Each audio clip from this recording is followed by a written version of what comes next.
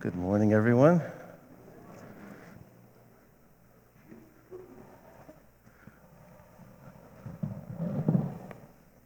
We got the mobile pulpit today. So one of the announcements this morning that Julie mentioned was that there is an Advent calendar that is going to be auctioned off. Well, good news and bad news is it's already sold. So if you were hoping to do that, I'm sorry. But I just got a little note that was slipped to me about that. So the title of the sermon this morning that you see in your order of worship is Embracing the Vulnerability of And. What does that mean? And then when we say and again, what does it mean when we say and again? We've been talking about that for several weeks. And when we say yes and, what do we mean by that? So I just want to explain that a little bit for those of us who are just joining us, and also just by way of reminder for the rest of us. So I want you to picture two people on stage doing an improv scene. And in improv, you're making up a story as you go, based on what the previous person just said. And so let's just say you have two people, person one and person two, and think of what person one says as like a gift. Person one is like saying something to person two, giving a gift to them. And they're offering a gift. And in good improv, person two will then accept that gift. We're calling that the yes. They accept the gift. And then they build on it. They say something else. They build on it. We call that the and. And that makes a good improv scene. It makes it fun. And it also makes for good living. But we're also talking about vulnerability today. And maybe how vulnerability can help us with this whole yes and way of living. But what do we mean by vulnerability? What do we mean by being vulnerable? So a couple of months ago, you know that I had kidney surgery, and I was in the hospital for, I think, 4 days.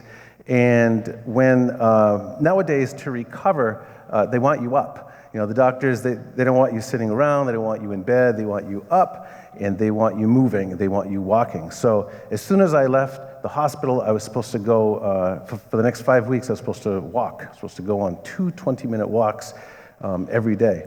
And, so I did it, and it was hard. I would start out, I would walk like from there to there, and I would already be exhausted.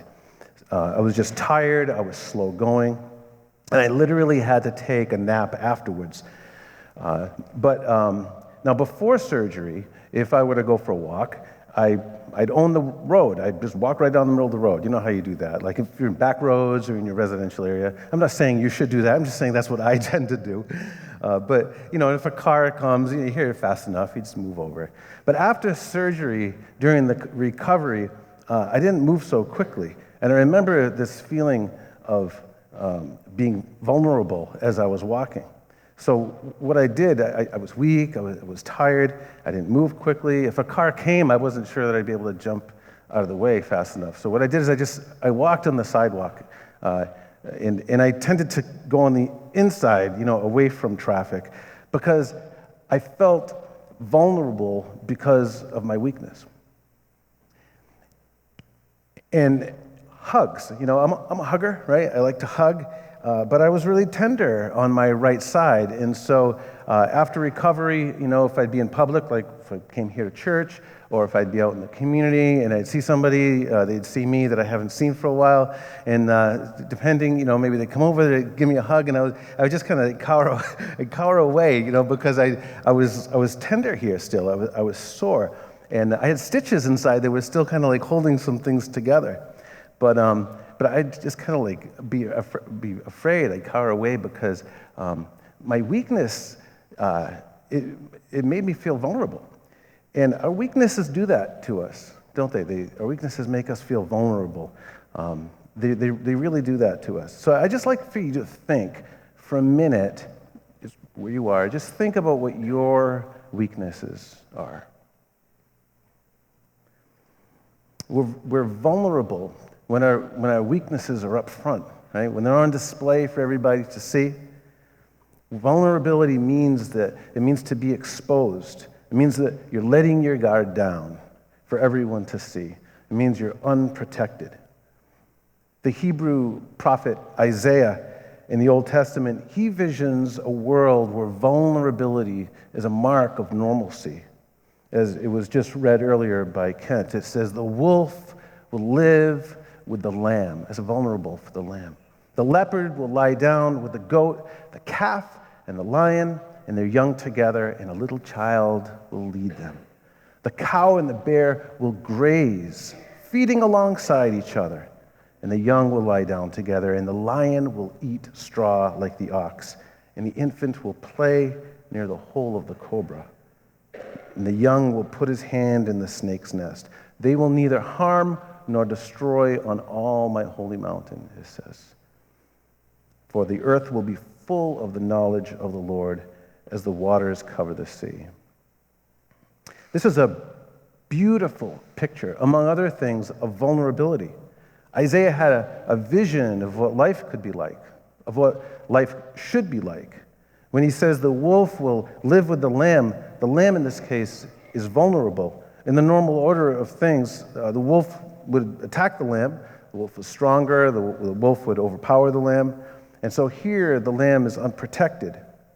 It's exposed. The lamb is vulnerable. The lamb's guard is down, and yet the lamb is safe. You can think of it this way. The lamb takes a chance, makes herself vulnerable. Living with the wolf, she can't protect herself in this metaphor. She's exposed. But in this picture that Isaiah gives us, the vulnerability of the lamb is normal, and the lamb is safe. What's that thing that Jesus says? Be wise as a serpent, but be innocent as doves. So we got to be wise, right? We have to use wisdom. We don't want to put ourselves in a situation that we know is going to bring us harm or someone else's harm. But usually for most of us, that's not what our problem is, and that's not what we're talking about today, about vulnerability. We tend to like to avoid being vulnerable at all costs. We protect ourselves. It's like we have all these layers of protection on us. We want to come across more knowledgeable than we are, right? We want to come across like we have our act together more than we do. But what's the real you and us? Who's the real us? Down there, underneath all the armor that we wear. Us, with all of our weaknesses. I think of it like armor.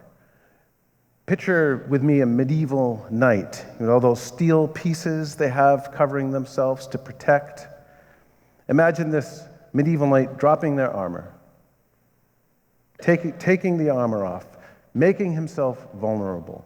This is a picture of us. It's the picture that Isaiah envisions, this new way of living. So the fact is that we really do have all these ways of protecting ourselves from our weaknesses being exposed. And yet, we're called to embrace vulnerability. But earlier, when we first started, we talked about the vulnerability of and, right? So what about the vulnerability of and in this whole improv idea? So we'll go back to that. Saying and, remember, is building upon what was just said, building upon something else, something that you may or you may not care for. Perhaps it's vulnerable because if your and is not then built upon, then it's going to go nowhere. If you're left vulnerable after saying and because you're no longer in control, maybe you've given the wheel to somebody else, somebody who may build upon your and then so honor you, or maybe somebody who may dishonor you with a no. No, that'll never work, right? We don't do that here. That can't work here. We've tried that before. It doesn't work. We don't do that. That's no fun, right? Nobody wants to be the recipient of that. So instead of a hard no, we as a community are trying to learn how to say yes and. But it's risky. I mean, anybody can say no. Anybody can shoot an idea down. That's the easy part.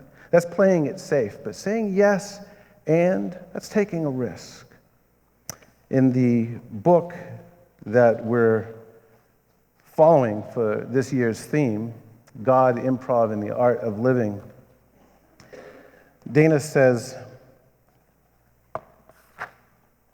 and is vulnerable because in it you step into the unknown without a guarantee of success, a plan, or even a net. Does that sound familiar to you? Because that sounds an awful lot to me like how we talk about faith. Stepping into the unknown without a guarantee of success, without a plan, without a net to keep you safe.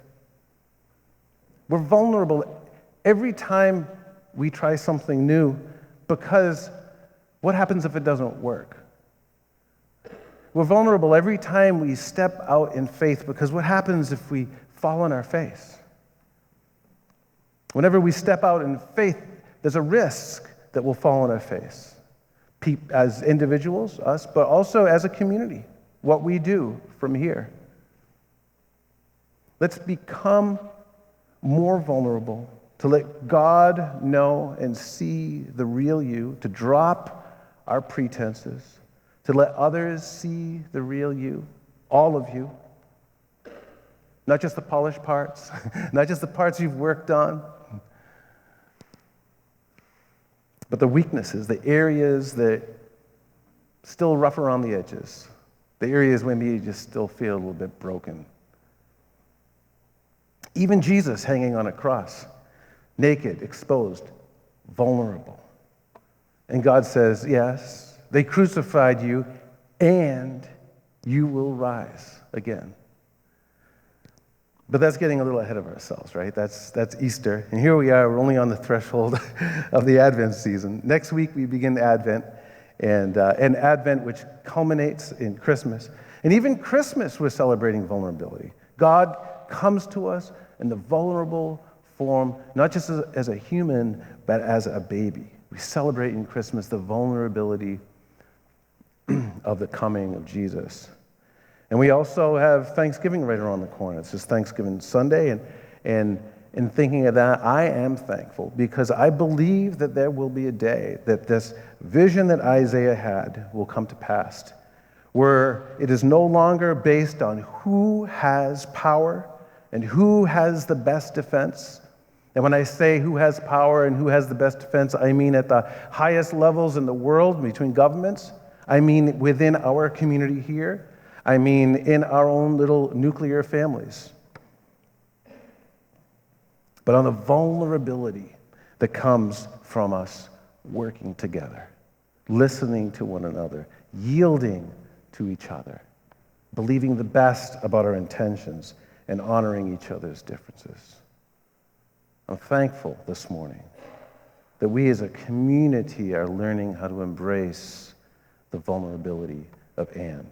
That we're on a road together, we're on a journey together to become what Isaiah envisioned, where the wolf will live with the lamb. So, Lord, we do pray, open our eyes and open our ears to hear. Amen.